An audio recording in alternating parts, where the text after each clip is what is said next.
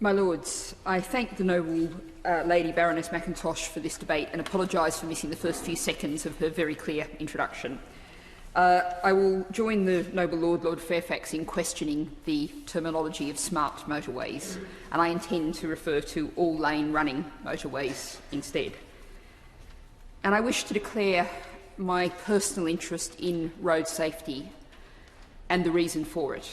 When I was aged 23, I was in a car crash in which my mother was killed.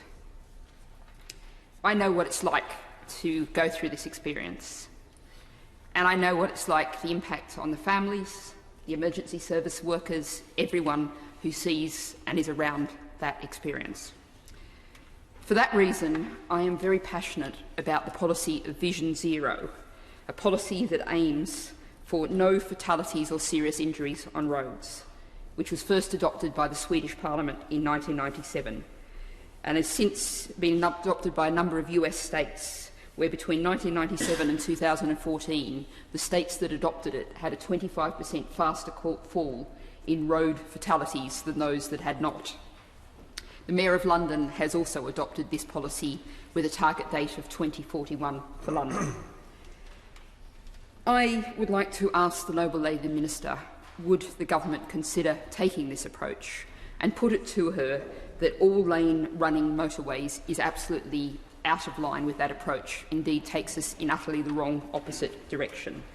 It's acknowledged that Vision Zero, to achieve that, a key aspect is road design, and as many noble lords have set out before me, the clear evidence is that this road design is disastrous and dangerous.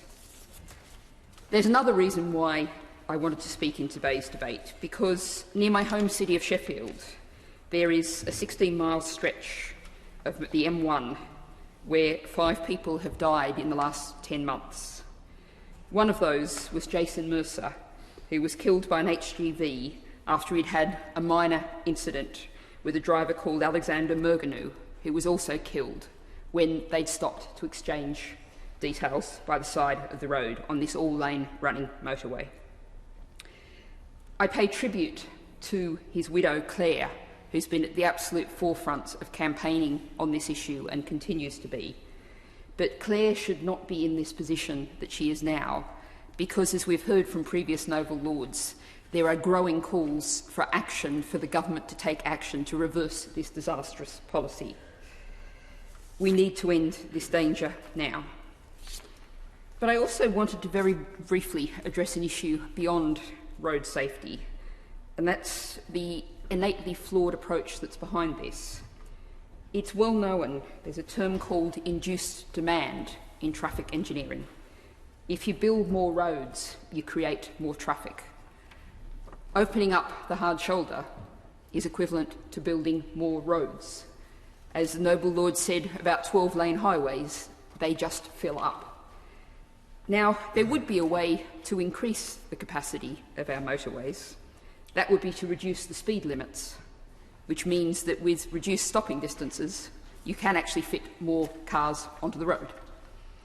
However, it probably won't surprise you to know that as a Green Party peer, I'm not looking to increase the amount of traffic on our roads, because we focus on road safety in terms of crashes, because road safety has many other aspects as well, in terms of air pollution, and the area of Sheffield to which I was referring, a very poor area of Sheffield, suffers very badly from air pollution, and the last thing it needs on its roads is more cars and the accompanying pollution.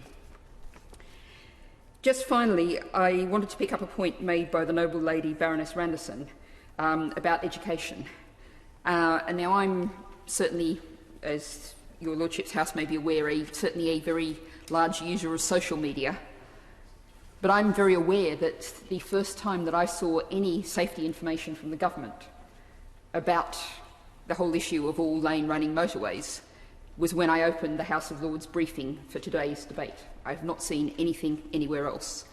Now, I'm perhaps representative of people rather younger than myself, and surely young drivers, we should be making sure we reach through social media campaigns in education about what's happening on our roads.